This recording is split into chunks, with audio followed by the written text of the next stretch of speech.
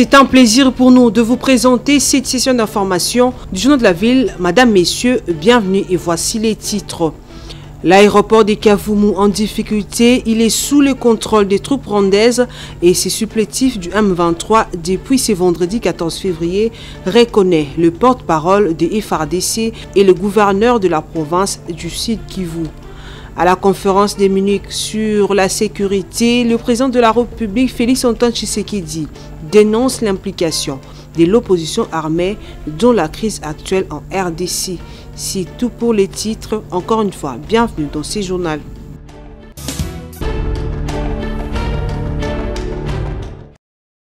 À la conférence de Munich sur la sécurité, le président de la République démocratique du Congo, Félix-Antoine Tshisekedi, a interpellé et dénoncé l'inaction de la communauté internationale sur l'aggravation de la situation dans l'Est de la République démocratique du Congo. Félix Tshisekedi demande à la communauté internationale de prendre ses responsabilités vis-à-vis du Rwanda et dénonce également l'implication de l'opposition armée dans cette crise actuellement en RDC. Je n'ai absolument pas l'impression que l'opposition qui a pris les armes, qui a fomenté avec le Rwanda ce coup contre la République est dans son bon droit. D'ailleurs, la preuve, c'est que les vrais commanditaires se cachent. Et le vrai commanditaire de cette opposition, c'est mon prédécesseur, c'est Joseph Kabila. Mais il ne l'avoue pas, il n'assume pas ses actions.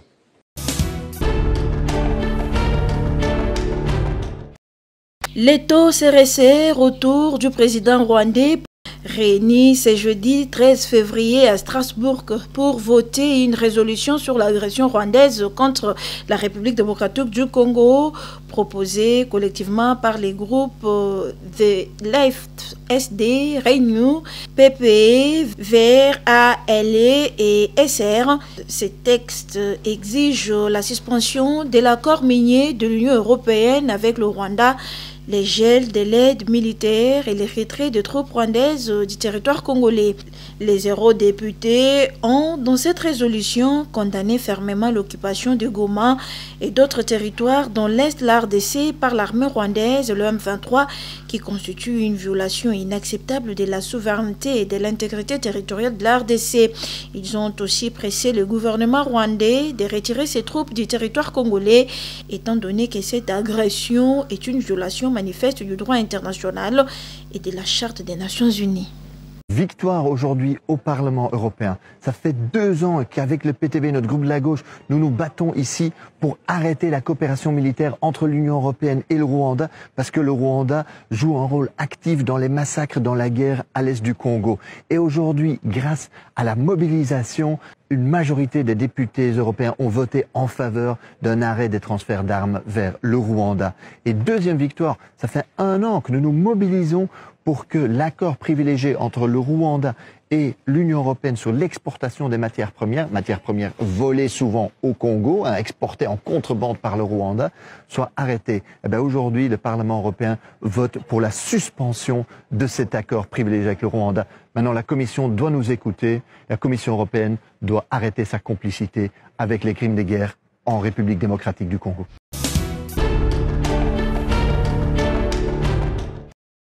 Dans une interview accordée à Jeune Afrique, Joao Lourenço, président de l'Angola et médiateur du conflit entre la République démocratique du Congo et le Rwanda, désigné par l'Union africaine, a déclaré que la restauration de la paix à l'Est passera par le dialogue entre toutes les parties concernées, notamment la RDC, le Rwanda et les groupes rebelles M23. Il a recommandé cette approche au chef de l'État congolais Félix Tshisekedi en prenant pour exemple son propre pays, l'Angola, soulignant que cette guerre implique également les nationaux. Les autorités congolaises sont conscientes de la nécessité de parler à toutes les parties, y compris au M23. Nous avons plaidé en ce sens auprès du président Félix Tshisekedi en rappelant notre propre expérience. Pour résoudre un conflit opposant les fils d'un même pays, il n'y a pas d'autre solution que de se parler, a-t-il expliqué. Lourenço a également exprimé sa volonté de passer le témoin. Il est temps pour moi d'essayer la médiation entre Kinshasa et Kigali à un autre chef d'État, a-t-il lancé. Lancé le 23 novembre 2022, le processus du Luanda vise à désamorcer les tensions entre la RDC et le Rwanda, ainsi qu'à résoudre la crise sécuritaire à l'est du pays, notamment en lien avec la rébellion du M23.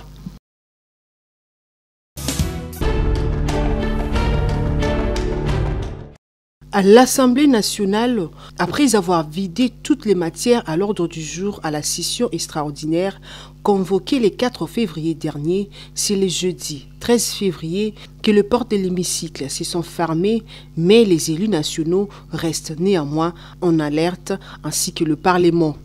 Il a fallu 11 jours aux députés nationaux pour revenir à bout de l'ordre du jour de cette session extraordinaire convoquée sur demande du président de la République, Félix-Antoine Tshisekedi.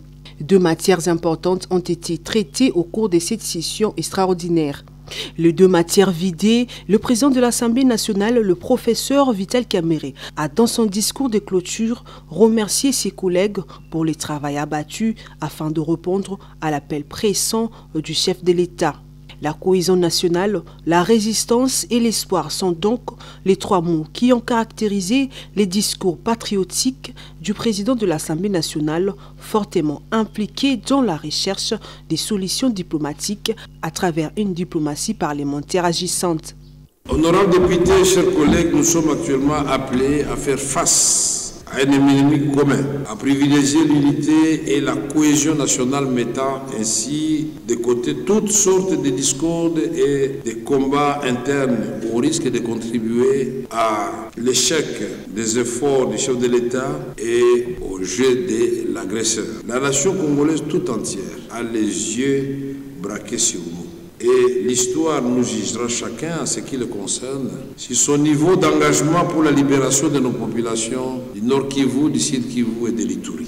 Je reste convaincu que votre contribution pourra sans nul doute se joindre au combat que ne cesse de mener sans répit Son Excellence Félix-Antoine Tshisekedi Tshilombo, président de la République, chef de l'État, commandant suprême de nos forces armées et de la police nationale.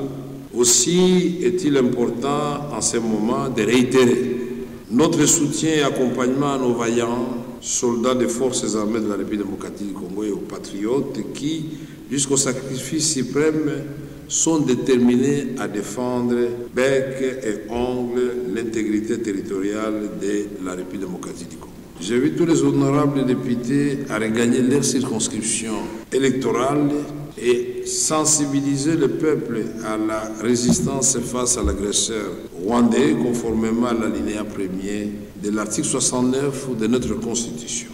Signalons qu'au cours de cette plénière, les députés nationaux dont les provinces sont touchées par l'insécurité, notamment ceux du Nord Kivu, Sud Kivu et l'Ituri, ont peint à travers 2 motions d'information un tableau très sombre de leurs entités victimes de l'agression rwandaise, des incursions sanglantes des Codeco et de l'activisme des ADF.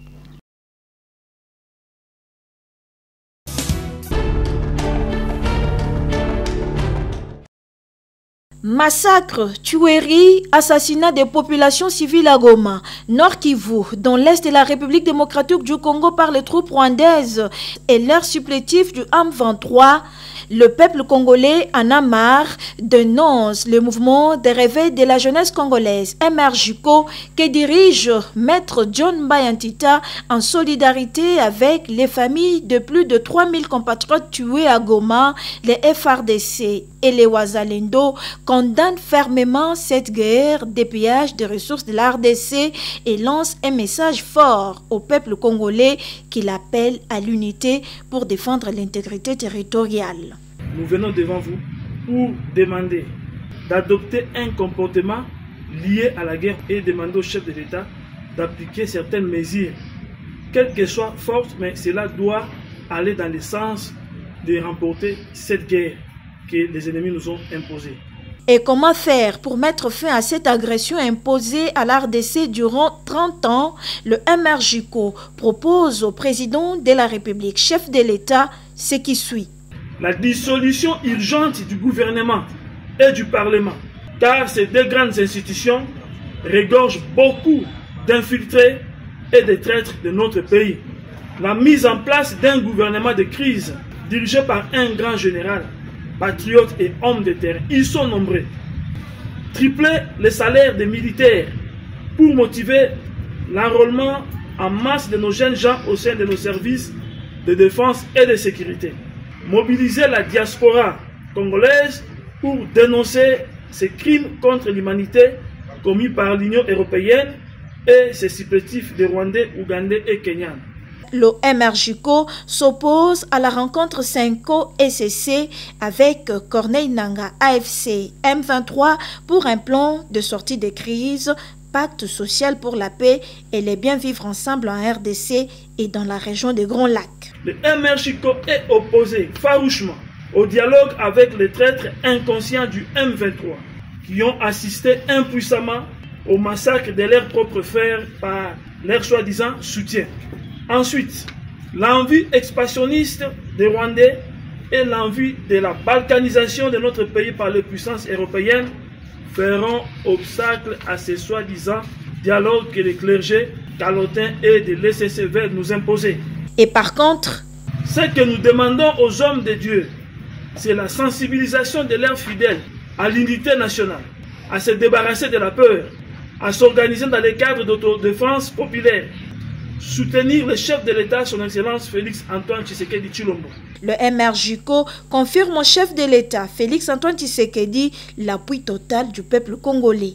Très cher camarade président de la République, son Excellence Félix Antoine Tshisekedi Tshilombo, le MRJCO vous confirme que vous avez l'appui total du peuple congolais. Il connaît très bien votre amour inconditionnel de notre mère patrie. Seule chose qu'il vous demande, c'est de vous débarrasser de tous ces traîtres qui vous ont poignardé dans les dos malgré la grande confiance que vous leur avez placée. Pour le MRJCO, c'est la patrie ou la mort.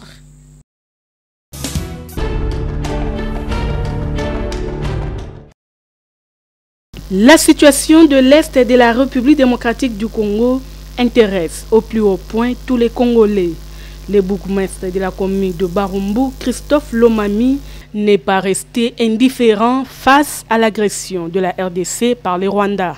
Il invite tous les Congolais à rester soudés et félicite en même temps tous ceux qui mobilisent les fonds en solidarité au FRDC et aux victimes de l'Est de la RDC.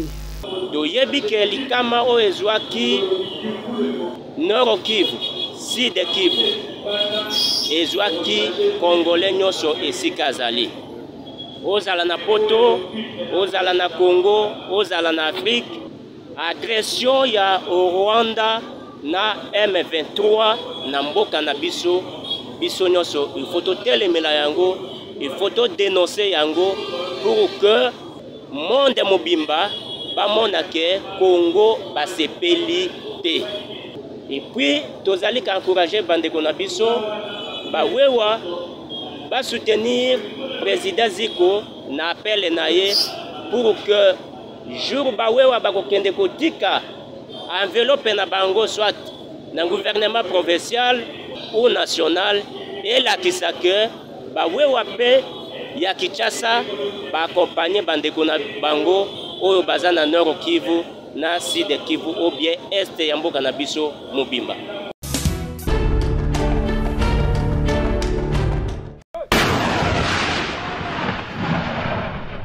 Agression dans l'Est de la République démocratique du Congo par le Rwanda. Via ses supplétifs M23 AFC, les messages de soutien fusent de partout en signe de solidarité avec les victimes de cette guerre. Les derniers en date est celui de Madame Graciana Bindu, femme politique. Congolais, Congolaises, chers compatriotes et courageux combattants de la paix.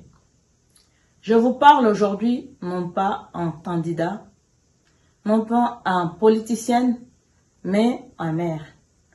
Une mère qui a vu ses enfants pleurer dans les cendres de nos maisons. Une sœur qui a serré entre ses bras des corps brisés par la barbarie. Une femme qui refuse que notre terre soit éternellement un champ de bataille. 30 ans de larmes, de sang versé, de nuits sans lune. 30 ans où l'on nous a volé nos maris, nos rêves, notre dignité. Aujourd'hui, je vous l'ai dit, notre silence se transforme en cri. Je viens pas promettre le miracle, je viens vous dire debout. Debout pour dénoncer chaque violation faite à l'égard de la femme et de l'enfant. Chaque balle perdue enfoncée dans la tête des civils innocents. Chaque enfant soldat recruté par force et privé de sa scolarité. Debout pour exiger que les bourreaux de Rutshuru, de Bunagana, de Massissi, de Goma, de Kavumu, de Kalehe payent devant la loi. Je porterai vos témoignages partout s'il le faut. Avec vous, nous créerons un réseau de veilleurs pour alerter, protéger et documenter. Je souhaite que le Nord Kivu et le Sud Kivu soient une terre où pousse la pomme de terre, le manioc pour nourrir la population congolaise et non un champ de Kalachnikov pour exterminer notre population. Voir des écoles où résonnent des rires, de joie, pas des sirènes. Ce futur n'est pas un rêve, c'est un devoir. Et pour y arriver, j'ai besoin de vos mains, de vos voix, de votre courage. Ensemble, nous ne sommes pas une foule, nous sommes une forteresse. Une forteresse bâtie avec des pierres de notre résistance, cimentée par nos larmes. Le Sud Kivu et le Nord Kivu méritent mieux que la guerre. Ils méritent la paix, la prospérité et le développement. Que Dieu protège la République démocratique du Congo.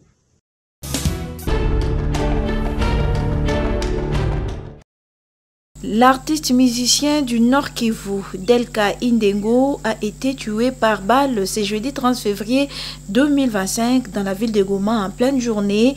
D'après plusieurs sources concordantes, cet artiste âgé d'au moins 27 ans a été assassiné par les rebelles du M23.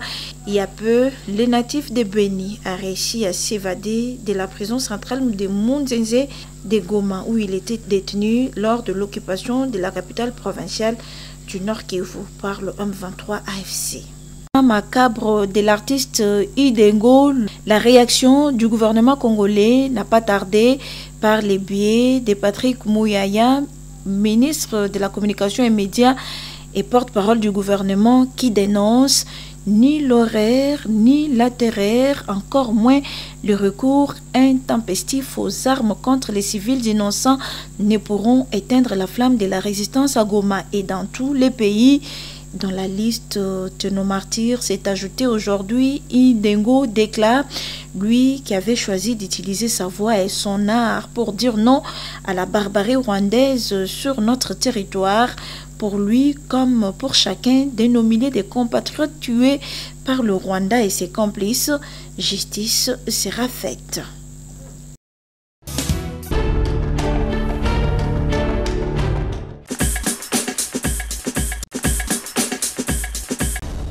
Fin de cette session d'information. Merci de nous avoir suivis.